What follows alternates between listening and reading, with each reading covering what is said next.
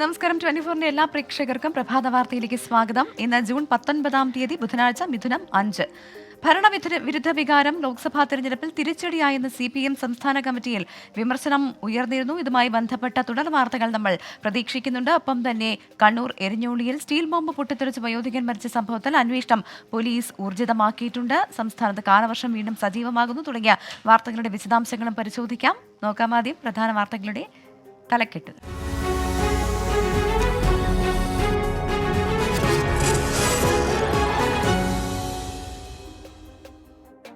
വിശദമായ വാർത്തകളിലേക്ക്.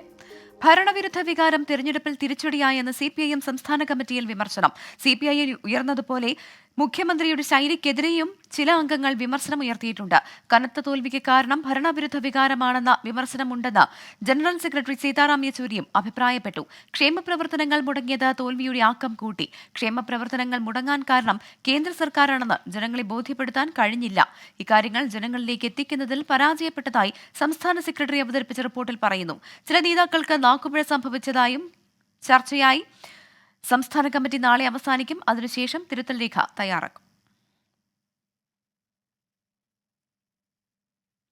സംസ്ഥാനത്ത് ക്ഷേമ പെൻഷൻ മുടങ്ങുന്നത് അടിയന്തര പ്രമേയമായി പ്രതിപക്ഷം ഇന്ന് നിയമസഭയിൽ ഉന്നയിച്ചേക്കാം. മദ്യനയവുമായി ബന്ധപ്പെട്ട ചോദ്യങ്ങളാണ് ചോദ്യോത്തരവേളയിൽ ആദ്യമുണ്ടാവുക. മദ്യനയത്തിൽ ടൂറിസം വകുപ്പ് നൽകിയ ശുപാർശകളാണ് ചോദ്യമായി പ്രതിപക്ഷം ഉന്നയിക്കുന്നത്. കുവൈറ്റ് ദുരന്തത്തിൽ മരിച്ചവർക്ക് നിയമസഭ ചരമോപചാരം അർപ്പിക്കും. ക്രിമിനൽ പശ്ചാത്തലമുള്ള പോലീസുകാരെ സർവീസിൽ നിന്ന് നീക്കണമെന്ന വിഷയം ശ്രദ്ധ ക്ഷണിക്കലായി പ്രതിപക്ഷം ഉയർത്തും. പൊതുമരാമത്ത്, ടൂറിസം, ഭക്ഷ്യവകുപ്പുകളുടെ ഉപധനാഭ്യർത്ഥന ചർച്ചകളാണ് ഇന്ന് സഭയിൽ നടക്കുക.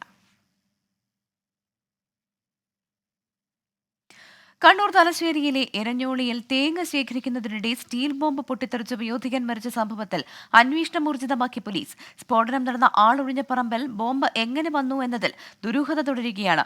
കൊല്ലപ്പെട്ട വേലായുധന് എവിടെ നിന്നാണ് ബോംബ് ലഭിച്ചത് എന്നതിലും വ്യക്തത വന്നിട്ടില്ല. തെരഞ്ഞെടുപ്പ് ഫലത്തിനു ശേഷം ന്യൂമാഹിയിൽ രൂപപ്പെട്ട CPIM BJP സംഘർഷത്തിന് പിന്നാലെ പോലീസ് പലയിടങ്ങളിലും റെയ്ഡ് നടത്തിയിരുന്നു. ഈ ഘട്ടത്തിൽ ബോംബ് മാറ്റിയതാകാൻ സാധ്യതയുണ്ടെന്നും പോലീസ് സംശയിക്കുന്നുണ്ട്. അതേസമയം മേഖലയിൽ നിന്ന് കൂടുതൽ ബോംബുകൾ കണ്ടെത്താനായിട്ടില്ല. പോലീസ് റെയ്ഡ് മറികടക്കാനായി ഉപേക്ഷിച്ചതോ സൂക്ഷിച്ചതോ ആയ ബോംബാകാം പൊട്ടിത്തെറിച്ചത് എന്നതാണ് നിഗമനം.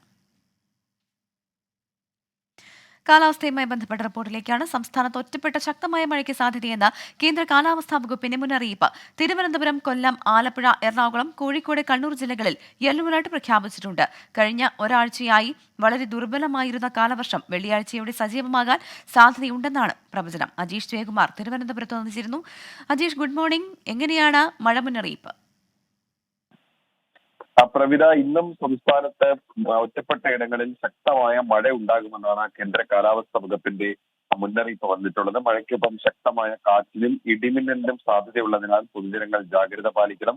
വെള്ളിയാഴ്ച 9 ജില്ലകളിലും ശനിയാഴ്ച 12 ജില്ലകളിലും മഴ മുന്നറിയിപ്പുണ്ട്. മധ്യ പടിഞ്ഞാറൻ ബംഗാൾ ഉൾക്കടലിനും ആന്ധ്രാ തീരത്തിനും മുകളിലായി ചക്രവാത ചുഴി സ്ഥിതി ചെയ്യുന്നു. ഇതിന്റെ സ്വാധീനമാണ് സംസ്ഥാനത്ത് മഴ സജീവമാകാൻ കാരണം. കേരള ലക്ഷദ്വീപ് തീരങ്ങളിൽ മത്സ്യബന്ധനത്തിന് വിലക്ക് ഏർപ്പെടുത്തിയിട്ടുണ്ട്. തമിഴ്നാട് തീരത്ത് ഉയർന്ന തിരമാലയ്ക്കും കടലേറ്റത്തിനും സാധ്യതയുണ്ട്. അതുകൊണ്ട് മത്സ്യത്തൊഴിലാളികളും തീരദേശവാസികളും ജാഗ്രത പാലിക്കണം എന്ന നിർദ്ദേശവും ഇപ്പോൾ കേന്ദ്ര കാലാവസ്ഥാ വകുപ്പ് പുറപ്പെടുവിച്ചിട്ടുണ്ട്. ശരി, സംസ്ഥാനത്ത് ഒറ്റപ്പെട്ട ശക്തമായ മഴയ്ക്ക് സാധ്യതയുണ്ട് എന്നതാണ് കേന്ദ്ര കാലാവസ്ഥാ വകുപ്പിന്റെ മുന്നറിയിപ്പ്. ഒപ്പം തന്നെ വെള്ളിയാഴ്ച മുതൽ കാലവർഷം ശക്തി പ്രാപിക്കാനും സാധ്യതയുണ്ട്. കേന്ദ്ര മന്ത്രിസഭാ യോഗം ഇന്ന് ചേരും. 3ാം നരേന്ദ്രമോദി സർക്കാർ അധികാരമേറ്റതിനു ശേഷമുള്ള സുപ്രധാന തീരുമാനങ്ങൾ കൈക്കൊള്ളാനാണ് ഇന്നത്തെ യോഗം. 100 ദിന കർമ്മ പരിപാടിയടക്കം കേന്ദ്ര മന്ത്രിസഭാ യോഗം ചർച്ച നടത്തും. സാമ്പത്തിക കാര്യങ്ങൾക്കുള്ള കേന്ദ്ര മന്ത്രിസഭയുടെ സമിതിയും ഇന്ന് സമ്മേളിക്കും. വൈകിട്ട് 5 മണിക്കാണ് യോഗം ചേരുക. കൊച്ചി കാക്കനാട് DLF ഫ്ളാറ്റ് സമുച്ചയത്തിലെ താമസക്കാർക്ക് വയറിളക്കവും ഛർദിയും ഉണ്ടായ സംഭവത്തിൽ നടപടി ഊർജിതമാക്കി ആരോഗ്യവകുപ്പ്. 2 ആഴ്ചക്കിടെ 441 പേർക്ക് അസുഖം ബാധിച്ചതായാണ് കണക്കുകൾ പുറത്തുവരുന്നത്. ശ്രീകാന്ത് കൊച്ചിയിൽ നിന്ന് ചേരുന്നുണ്ട്. Srikanth, good morning. ശ്രീകാന്ത്, ഈ രോഗബാധയുമായി ബന്ധപ്പെട്ട് എന്ത് നിഗമനത്തിലാണ് ആരോഗ്യവകുപ്പ് എത്തിയിരിക്കുന്നത്? എവിടെ നിന്നാണ് ഈക്കോളി ബാക്ടീരിയയുടെ സാന്നിധ്യം ഉണ്ടായതെന്ന് കണ്ടെത്താനായിട്ടുണ്ടോ? നിലവിൽ ഈ ജലസ്രോതസ്സുകൾ കേന്ദ്രീകരിച്ചുള്ള പരിശോധനയാണ് ആരോഗ്യവകുപ്പ് ഇപ്പോൾ നടത്തുന്നത്, പ്രവിധ. കാരണം ഈ DLF ഫ്ളാറ്റിലെ ഇതിന് ആദ്യമായല്ല ഈ പ്രശ്നം ഉണ്ടാകുന്നത് എന്ന് ചില അവിടെ താമസിക്കുന്ന ആളുകൾ തന്നെ പറയുന്നുണ്ട്. ഈ പശ്ചാത്തലത്തിൽ അവിടേക്ക് വെള്ളം കൊണ്ടുവരുന്ന ടാങ്കറുകൾ ഉൾപ്പെടെ അവിടുത്തെ ജലസ്രോതസ്സുകളുണ്ട്, 5 ജലസ്രോതസ്സുകളുണ്ട്. അവിടെ എല്ലാം പരിശോധന നടത്തുന്നുണ്ട്. രണ്ടാഴ്ചക്കിടെ 441 പേർക്ക് രോഗലക്ഷണങ്ങൾ കണ്ടെത്തിയതായാണ് അവസാന കണക്ക്. ആരോഗ്യവകുപ്പിന്റെ സംഘം ഫ്ളാറ്റ് സമുച്ചയം സന്ദർശിച്ചിരുന്നു. വാട്ടർ അതോറിറ്റിയുടേത് ഉൾപ്പെടെ വിവിധ ജലവിതരണ സ്രോതസ്സുകളുടെ വെള്ളം ഇതിനോടകം തന്നെ പരിശോധനയ്ക്ക് അയച്ചിട്ടുണ്ട്. അത് 3 ദിവസം മുതൽ ഒരാഴ്ച വരെ സമയം എടുക്കും അതിന്റെ പരിശോധനാ ഫലം കിട്ടാൻ എന്നുള്ളതാണ് മനസ്സിലാക്കാൻ സാധിക്കുന്നതും. ആരോഗ്യവകുപ്പിന്റെ നിർദ്ദേശപ്രകാരം സംഭവത്തിൽ കർശന നടപടി ഇപ്പോൾ സ്വീകരിച്ചു വരുന്നുണ്ട്. സംസ്ഥാനതല RRT യോഗം ചേർന്ന് തുടർ നടപടികൾ തീരുമാനിക്കാനും ഇപ്പോൾ നടപടികളായിട്ടുണ്ട്. 5 പേരാണ് ഇപ്പോൾ ആശുപത്രിയിൽ ചികിത്സയിൽ തുടരുന്നത്. ശരി, കൊച്ചി കാക്കനാട്ടെ DLF ഫ്ളാറ്റ് സമുച്ചയത്തിലെ താമസക്കാർക്ക് വയറിളക്കവും ഛർദിയും ഉണ്ടായ സംഭവത്തിൽ നടപടി ആരോഗ്യവകുപ്പ് ഊർജിതമാക്കിയിട്ടുണ്ട്. ഇതുമായി ബന്ധപ്പെട്ട അന്വേഷണം പുരോഗമിക്കുകയാണ്. ശ്രീകാന്താണ് വിവരങ്ങൾ നൽകിയത്. തിരുവനന്തപുരത്ത് ഇൻസ്റ്റഗ്രാം ഇൻഫ്ലുവൻസറായ പെൺകുട്ടിയുടെ ആത്മഹത്യയിൽ അറസ്റ്റിലായ നെടുമങ്ങാട് സ്വദേശി ബിനോയിയുടെ മൊബൈലിൽ നിന്ന് നിർണായക തെളിവുകൾ ലഭിച്ചതായി സൂചന. പുതിയ തെളിവുകൾ കേന്ദ്രീകരിച്ച് വിശദമായ അന്വേഷണം നടത്തും. യുവാവിന്റെ ഫോണിൽ നിന്ന് ലഭിച്ച ദൃശ്യങ്ങൾ ഉപയോഗിച്ച് പെൺകുട്ടിയെ ഭീഷണിപ്പെടുത്തിയിരുന്നോ എന്നാണ് അന്വേഷിക്കുന്നത്. പെൺകുട്ടിയുടെ കൂടുതൽ സുഹൃത്തുക്കളുടെ മൊഴി പൂജപ്പുര പോലീസ് ഇന്ന് രേഖപ്പെടുത്തിയേക്കും. സൈബർ ആക്രമണമല്ല മരണകാരണമെന്ന് കുടുംബം ഉറപ്പിക്കുന്ന പശ്ചാത്തലത്തിൽ പെൺകുട്ടിയുടെ പിതാവിന്റെ മൊഴിയും രേഖപ്പെടുത്തും. സൈബർ ആക്രമണം മരണകാരണമായേക്കാം എന്ന സാധ്യത പോലീസ് കളയുന്നില്ല. പെൺകുട്ടിയുടെ മൊബൈൽ ഫോൺ അടക്കം അന്വേഷണ സംഘം വിശദമായി പരിശോധിക്കും. പ്രതി ബിനോയിയെ ഇന്നും ചോദ്യം ചെയ്യും. പാലക്കാട് നിയമസഭാ ഉപതെരഞ്ഞെടുപ്പിൽ മണ്ഡലം നിലനിർത്താൻ അരയും തലയും മുറുക്കി UDF. ഷാഫി പറമ്പിലിന്റെ നേതൃത്വത്തിൽ തന്നെ പ്രചാരണം കൊഴുപ്പിക്കാനാണ് കോൺഗ്രസിന്റെ തീരുമാനം.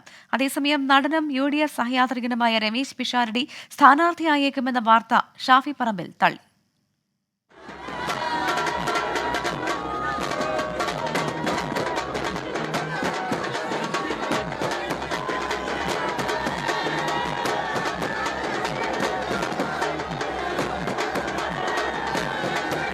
ഷാഫി പറമ്പിൽ മണ്ഡലം വിട്ടെങ്കിലും ഷാഫിയുടെ മേൽനോട്ടത്തിൽ തന്നെയാകും പാലക്കാട്ടെ UDFന്റെ തെരഞ്ഞെടുപ്പ് പ്രവർത്തനങ്ങൾ.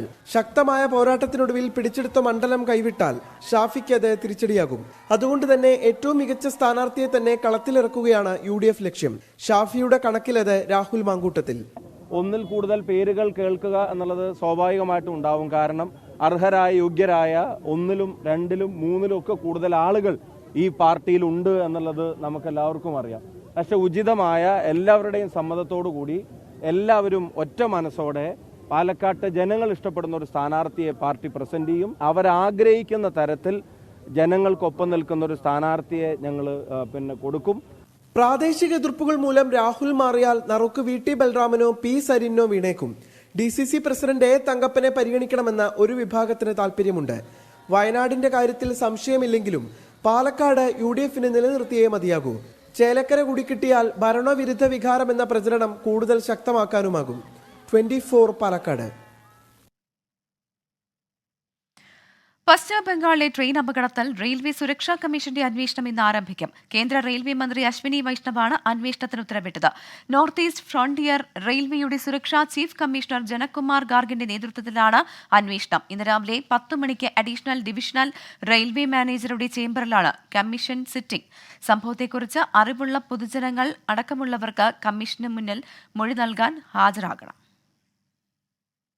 മന്ത്രി വീണ ജോർജിന്റെ ഭർത്താവ് ജോർജ് ജോസഫ് ഓടിയുടെ ഗതി മാറ്റിയെന്ന ആരോപണം ഉയർന്ന ഏഴംകുളം കൈപ്പട്ടൂർ റോഡിൽ ഇന്ന് വീണ്ടും പരിശോധന. കൊടുമൺ ജംഗ്ഷനിൽ ലാൻഡ് റവന്യൂ തഹസിൽദാരുടെ നേതൃത്വത്തിൽ ഭൂമി അളന്ന് തിട്ടപ്പെടുത്തും. വിവാദത്തിന് പിന്നാലെ കോൺഗ്രസ് മണ്ഡലം കമ്മിറ്റി ഓഫീസ് സർക്കാർ പുറമ്പോക്കിലാണെന്ന് ചൂണ്ടിക്കാട്ടി ജോർജ് ജോസഫ് ജില്ലാ കളക്ടർക്ക് പരാതി നൽകിയിരുന്നു. ഇതിന്റെ അടിസ്ഥാനത്തിലാണ് ഇന്നത്തെ പരിശോധന. ഓടിയുടെ അലൈൻമെന്റ് മാറ്റണമെന്ന ആവശ്യത്തിൽ CPIM ഭരിക്കുന്ന കൊടുമൺ ഗ്രാമപഞ്ചായത്ത് ഉറച്ചു നിൽക്കുകയാണ്. വിഷയം ഇന്ന് മന്ത്രി PA മുഹമ്മദ് റിയാസുമായി ചർച്ച ചെയ്യുമെന്ന് CTM ഗോപകുമാർ MLA അറിയിച്ചിട്ടുണ്ട്.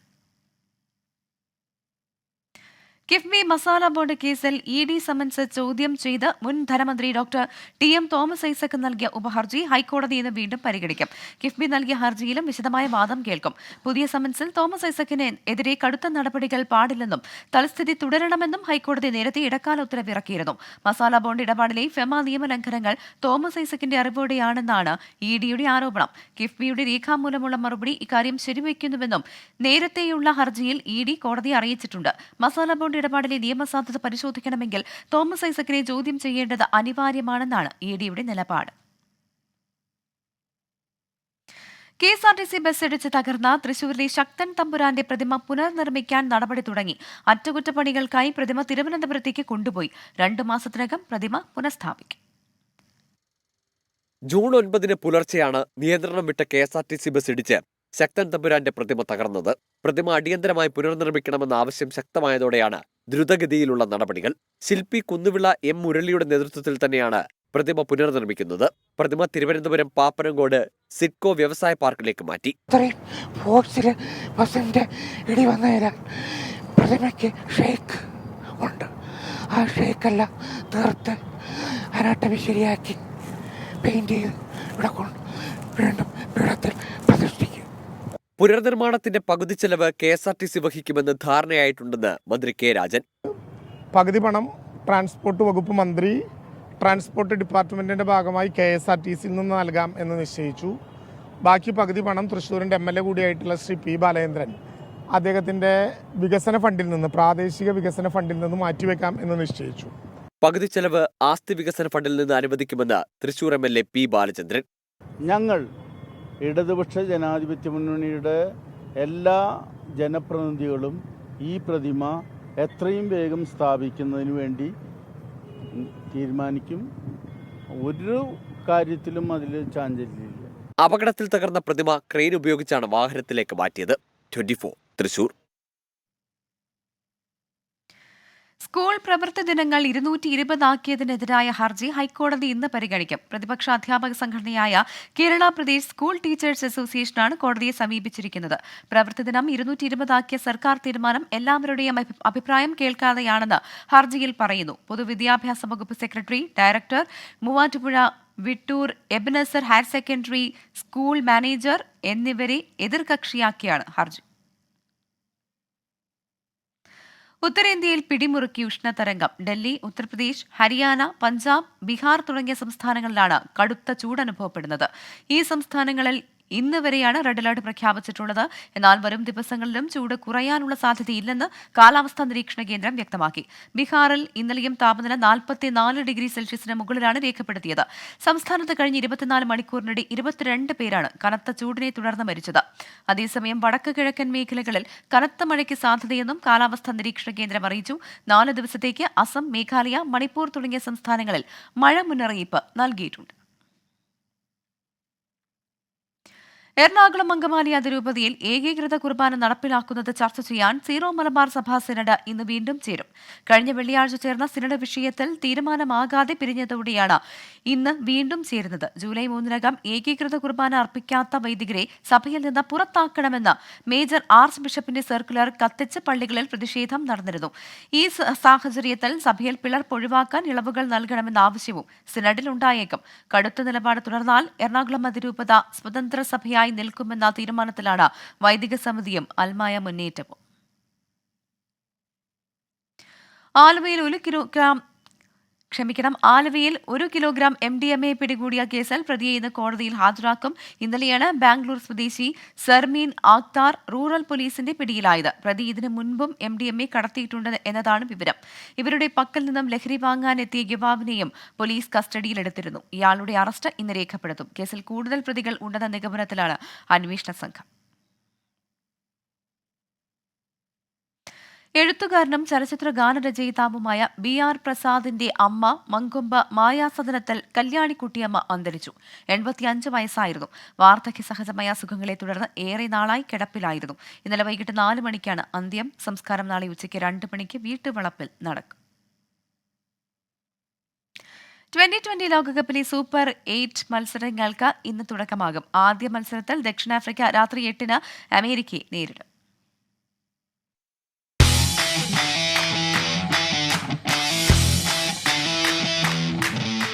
ഇനിയെല്ലാം സൂപ്പർ പോരാട്ടങ്ങൾ.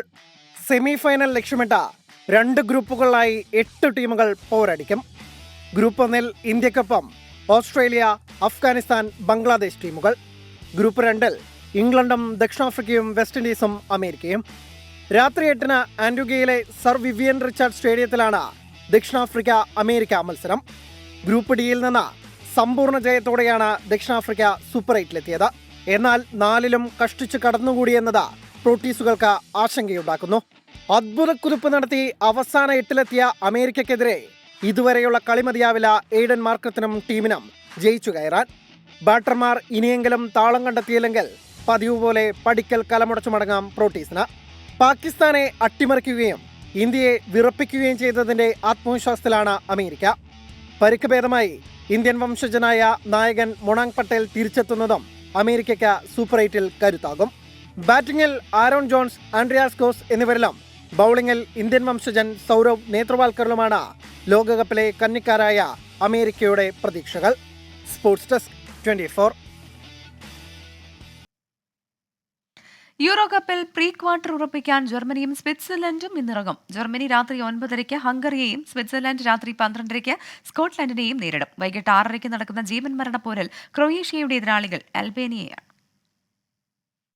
5-ന്റെ പഞ്ചുമായി തുടങ്ങിയ ജർമ്മനി രണ്ടാം ജയത്തോടെ പ്രീ ക്വാർട്ടർ ഉറപ്പിക്കാനിറങ്ങുന്നു.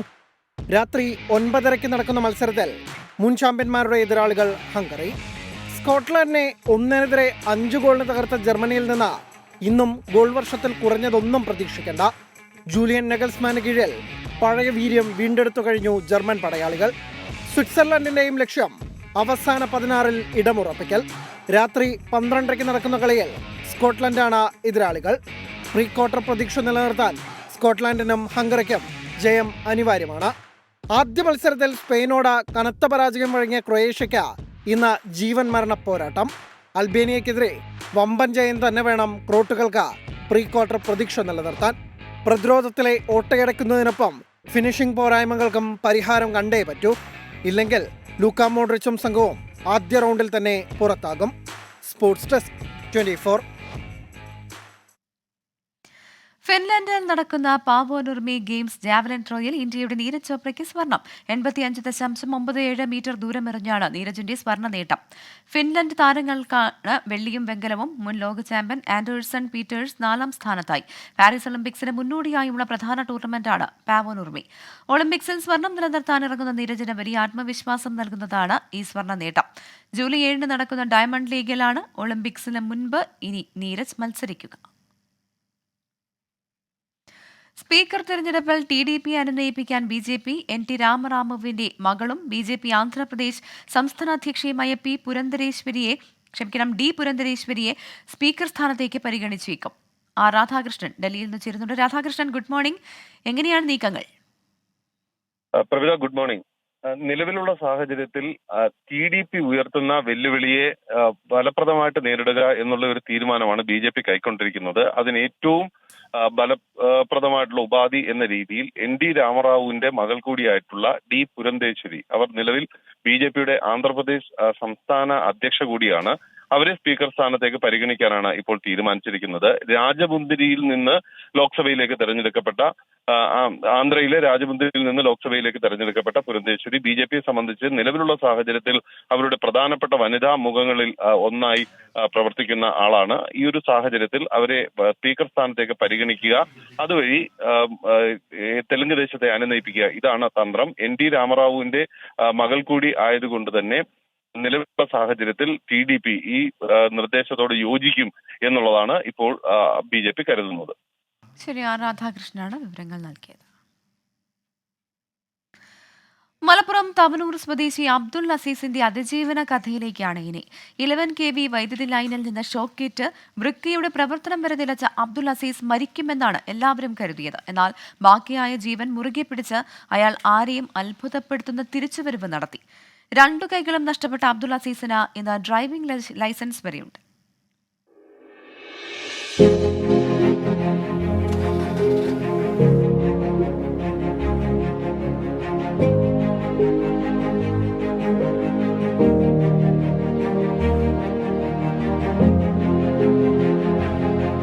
രണ്ടു കൈകൾ നഷ്ടപ്പെട്ട അബ്ദുൽ അസീസാണ് ഈ കാർ ഓടിച്ചു പോകുന്നത്.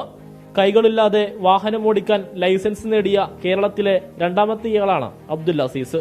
ഇങ്ങനെയൊക്കെയാണെങ്കിലും ഇദ്ദേഹത്തിന് ഒരു കൈപ്പേറിയ പൂർവ്വകാലമുണ്ട്. ഇരുമ്പിന്റെ തോട്ടി വെച്ച് അടക്ക വലിച്ചപ്പോൾ ആ തോട്ടി എന്നിൽ നിന്ന് കൈവിട്ടു പോയി. അങ്ങനെ ലൈനിൽ തട്ടി ഷോക്കേൽക്കാനിട്ടായി. ആ ഷോക്കടിച്ച് എൻ്റെ 2 കൈ മുട്ട് വരെ നഷ്ടപ്പെട്ടു. 4 വർഷം മുൻപ് വീടിന് സമീപത്ത് അടക്ക പറിക്കുന്നതിനിടെ 11 kV ലൈനിൽ തട്ടി ഷോക്കേറ്റു. 2 കൈകളും നഷ്ടമായി. കാലിന് പരിക്കുകൾ മൂലം നടക്കാൻ കഴിഞ്ഞിരുന്നില്ല.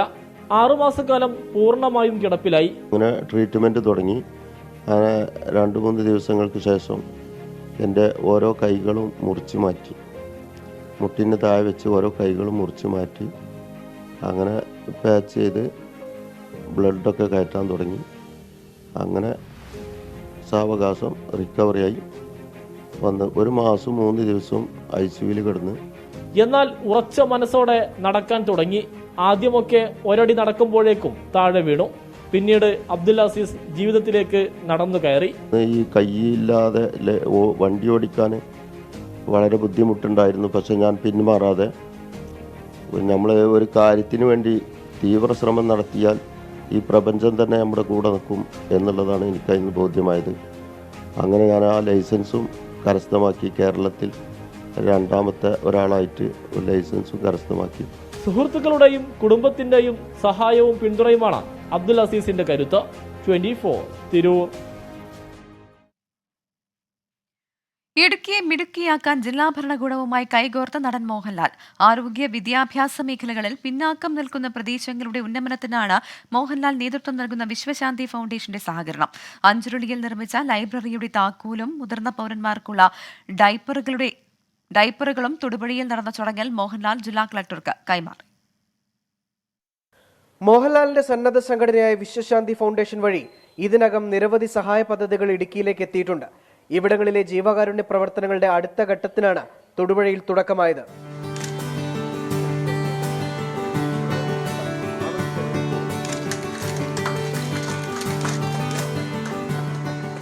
സമൂഹത്തിന് കൈത്താങ്ങാവുമ്പോഴാണല്ലോ നമ്മുടെയൊക്കെ ജീവിതത്തിന് അർത്ഥവും സാഫല്യവും കൈവരുന്നത്.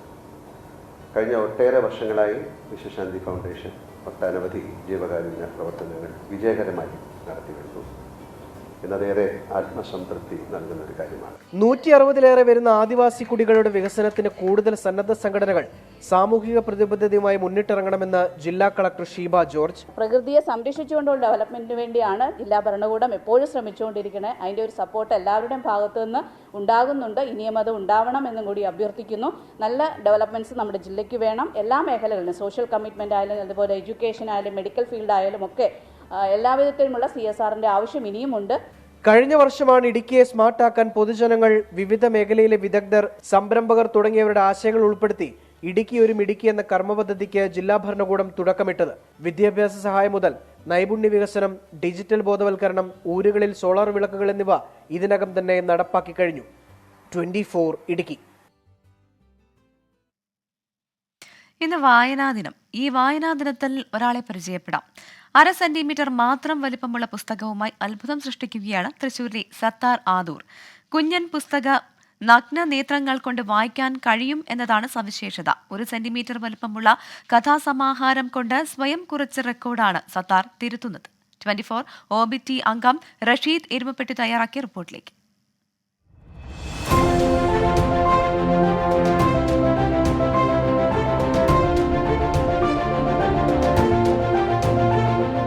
ഒരു സെന്റിമീറ്ററിനും 5 സെന്റിമീറ്ററിനും ഇടയിൽ വലിപ്പമുള്ള 3137 പുസ്തകങ്ങൾ തയ്യാറാക്കി 2016 ഗിന്നസ് വേൾഡ് റെക്കോർഡ് നേടിയ സാഹിത്യകാരനാണ് തൃശൂർ ആദൂർ സ്വദേശിയായ സത്താർ.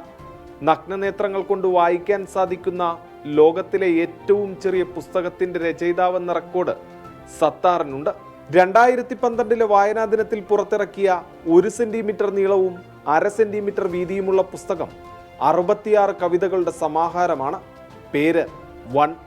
ഈ വായനാ ദിനത്തിൽ സത്താർ അവതരിപ്പിക്കുന്നത് 1/2 സെന്റിമീറ്റർ വീതിയും നീളവും 90 മില്ലിഗ്രാം തൂക്കവുമുള്ള പുസ്തകം. സാൾട്ട് എന്ന പുസ്തകം നഗ്നനേത്രങ്ങൾ കൊണ്ട് വായിക്കാം.